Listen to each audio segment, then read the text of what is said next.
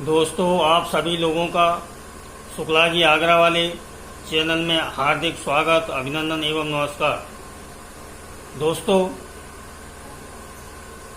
इस वीडियो के नीचे जो सब्सक्राइब का बटन आ रहा है उसको दबा देना, जिससे आने वाली जो घंटी है, बेल है, उसको भी आप दबा देना, जिससे मेरे द्वारा बनाए हुए वीडियोस जैसे ही पोस्ट होते हैं उनकी नोटिफिकेशन है वो आप लोगों को मिलती रहे। दोस्तों, आज जो मैं बात करने जा रहा हूँ, एक ऐसे पक्षी के बारे में बातचीत करने जा रहा हूँ जिसको देखने मात्र से अद्भुत चमत्कारिक परिणाम निकलते हैं। दोस्तों,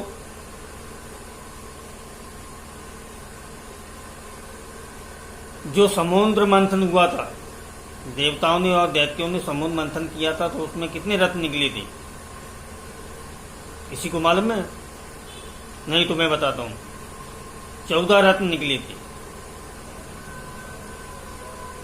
धन्वंतरी देव, जो को विष्णु के अवतार थे और जिन्होंने आयुर्वेद ग्रंथ लिखा और ऋषियों मुनियों को चिकित्सा संबंध ज्ञान दिया। मंथन से जो दूसरा रत्न निकला वो लक्ष्मी जी,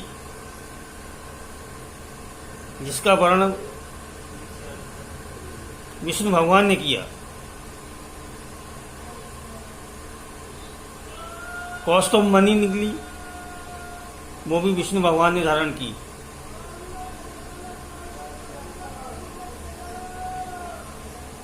पंचन शंख निकला, वो भी विष्णु भगवान ने धारण किया। सफेद रंग का ऐरावत हाथी निकला, वो इंद्र को दिया गया।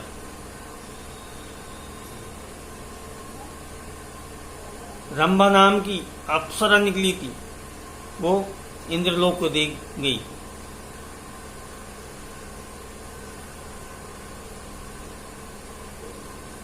विश्वश्रवा अश्व निकला, जिसका रंग सफेद था और 7 मुख थे, वो दैत्यों ने लिया। फिर ये कभी दैत्यों के पास, कभी देवताओं के पास, कभी दैत्यों के पास चलता रहा। और इसके अंदर मदिरा निकली, मदिरा, जो दैत्यों ने स्वीकार किया। कामधेनु गाय निकली, जो ऋषियों मुनियों को दे दी गई। कल्पतरु निकला, जो कि सुरानन, यानी जो देवताओं के लिए गार्डन था या जंगल था, उसमें स्थापित कर दिया गया। परजात का वृक्ष पौधा निकला,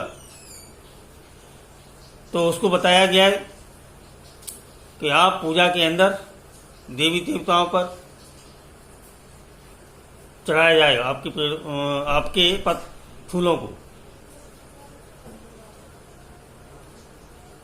उसके बाद में अमृत निकला। अभी अमृत के लिए देवताओं और दैत्यों में झगड़ा होने लगा, तो विष्णु भगवान ने एक सुंदर नारी का रूप धारण करके वहां पर बोला कि हम बांटेंगे। पहले उन्होंने देवताओं को बांटना शुरू किया और वो सारा देवताओं में ही खत्म होना था, लेकिन उसमें जो असुर थे उनमें से राहु नाम का एक दैत्य था, वो देवताओं के अंदर आकर घुस के बैठ गया और उसने अमृत का पान कर लिया। इसको देखते ही विष्णु भगवान ने अपने सुदर्शन चक्र से उसका सिर और धड़ाला कर दिया। तभी से राहु और केतु बोले जाते हैं। उसके बाद चंद्रमा निकला, जो किसी ने नहीं लिया, वो शिवजी भगवान ने लिया, वो जो कि उसने सिर के ऊपर जटाओं में धारण किया हुआ है। और उसके अंदर हलाहल विष निकला, जिससे तीनों लोगों के अंदर त्रायताय हाहाय मच गई। शिवजी भगवान ने सोचा यदि इसको धारण नहीं किया तो ये सृष्टि का विनाश होना निश्चित है। शिवजी महाराज ने उसको अपने मुख के अंदर धारण किया, जो कि गले के अंदर रखा। उस हलाल के कारण, उस विष के कारण उनका नाम नीलकंठ रखा, नीलकंठ हो गया। तो आज हम दोस्तों उसी नीलकंठ पक्षी के बारे में बात करेंगे। दोस्तों, नीलकंठ पक्षी को स्वर्ग का पक्षी कहा जाता है और इंग्लिश भाषा के अंदर इसको इंडियन रोलर बर्ड्स के नाम से जाना जाता है। यह पक्षी आज विलुप्त होता चला जा रहा है, खत्म होता चला जा रहा है। और इस पक्षी को बचाने के लिए हमारे देश के 5 राज्यों ने इसको स्टेट पक्षी घोषित किया है। उड़ीसा, बिहार, कर्नाटक, आंध्र प्रदेश और तेलंगाना। फिर भी दोस्तों,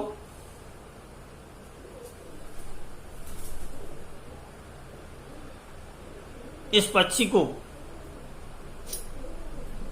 संरक्षण देने के लिए बड़ी समस्याएं खड़ी हो रही हैं। कई लोग तो उसको पालते हैं और इच्छा पूर्ति होने के बाद में इसको छोड़ देते हैं। कहते हैं कि जब श्री रामचंद्र जी महाराज वन में थे और रावण का वध करने के लिए जा रहे थे, उस समय उन्होंने नीलकंठ का दर्शन किया, साथ ही शमी वृक्ष की पूजा की। नीलकंठ के दर्शन और शमी की पूजा के कारण ही वो रावण को मार सके।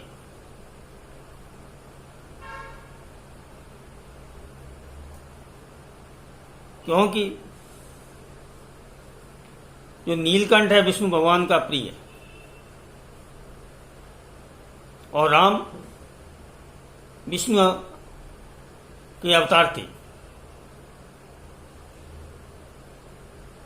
और दोस्तों, उत्तरी भारत के अंदर जब इस पक्षी को देख लेते हैं तो लोग बाग क्या बोलते हैं? बोलते हैं, नीलकंठ तुम नीले रहियो, दूध भात का भोज करियो, हमारी बात राम से कहियो। इस टाइप से अवधारणा है कि हम जब ऐसे बोलेंगे तो हमारी जो प्रार्थना है, पुकार है, वो रामचंद्र जी भगवान हैं, उनके पास में ये नीलकंठ पक्षी लेके जाएगा और हमारी प्रार्थना स्वीकार की जाएगी। क्योंकि श्री राम विष्णु भगवान के अवतार थे और विष्णु भगवान का अति प्रिय पक्षी नीलकंठ। इसको स्वर्ग का पक्षी कहा जाता है। ऐसा कहा जाता है कि जो भी इससे इच्छा पूर्ति के लिए मांगोगे वह पक्षी जाकर के स्वर्ग में देवताओं को बताए और आपकी इच्छा पूर्ति होगा। कई लोग तो यह भी मानते हैं कि नीलकंठ को जब देख लिया है और उससे प्रार्थना की है तो ये पक्षी हिमालय पर्वत की कंदराओं में जाएगा, जहां पर शिवजी महाराज अपनी उपासना या समाधि लगा के बैठे हैं, वहां पर हमारी अरदास, हमारी प्रार्थना जाके कहेगा, वो हमारी सुनेंगे और हमारे दुख और दुष्ट हैं, कष्ट हैं, उनका विनाश करेंगे। दोस्तों, दशहरा के ऊपर इस नीलकंठ की पूजा या दर्शन और शमी वृक्ष की पूजा अति महत्वपूर्ण है। क्योंकि इसी दिन श्री राम ने भी संवृक्ष की पूजा की थी और नीलकंठ पक्षी का दर्शन किए थे। दोस्तों,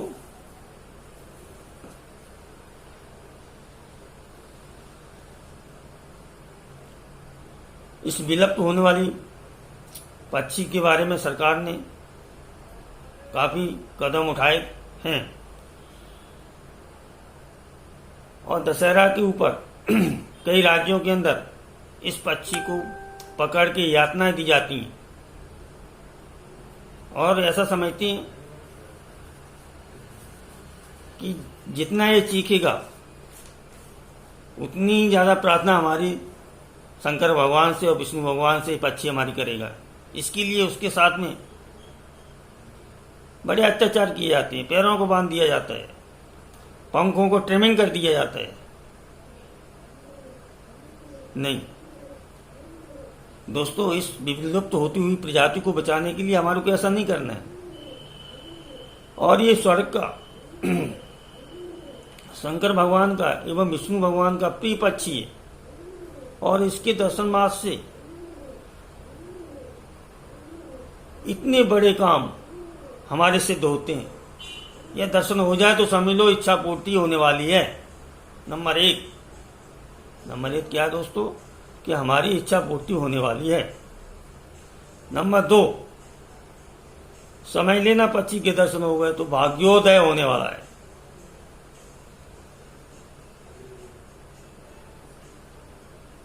तीसरा सबसे बड़ा, यदि इस पक्षी के दर्शन हो गए तो समझ लो भगवान शंकर और विष्णु भगवान हमारे ऊपर खुश हो रहे हैं। 5वां फायदा ये है, यह पक्षी दिखाई देता है तो समझ लो दुष्टों का विनाश होने वाला है। दोस्तों,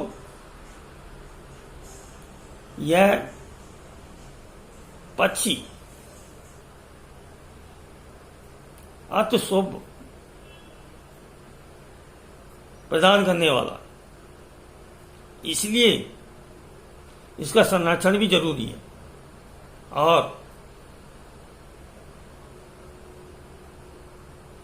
हमें जब भी इनके दर्शन होते हैं, इसके दर्शन होते हैं, तो हमेशा प्रार्थना करनी चाहिए, हे नीलकंठ, क्योंकि नीलकंठ शंकर जी का भी नाम है। हाथ जोड़ के प्रार्थना करनी चाहिए, हे नीलकंठ महाराज, हमारी इच्छाओं को पूरी करना।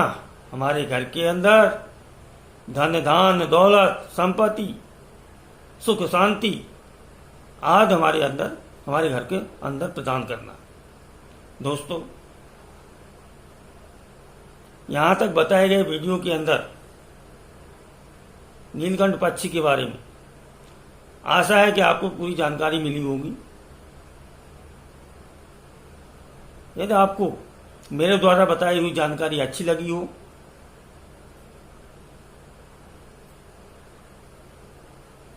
तो हमारे वीडियो के अंदर जो सब्सक्राइब का बटन है उसको सब्सक्राइब कर देना और जितना हो सके उतना लाइक और शेयर कर देना।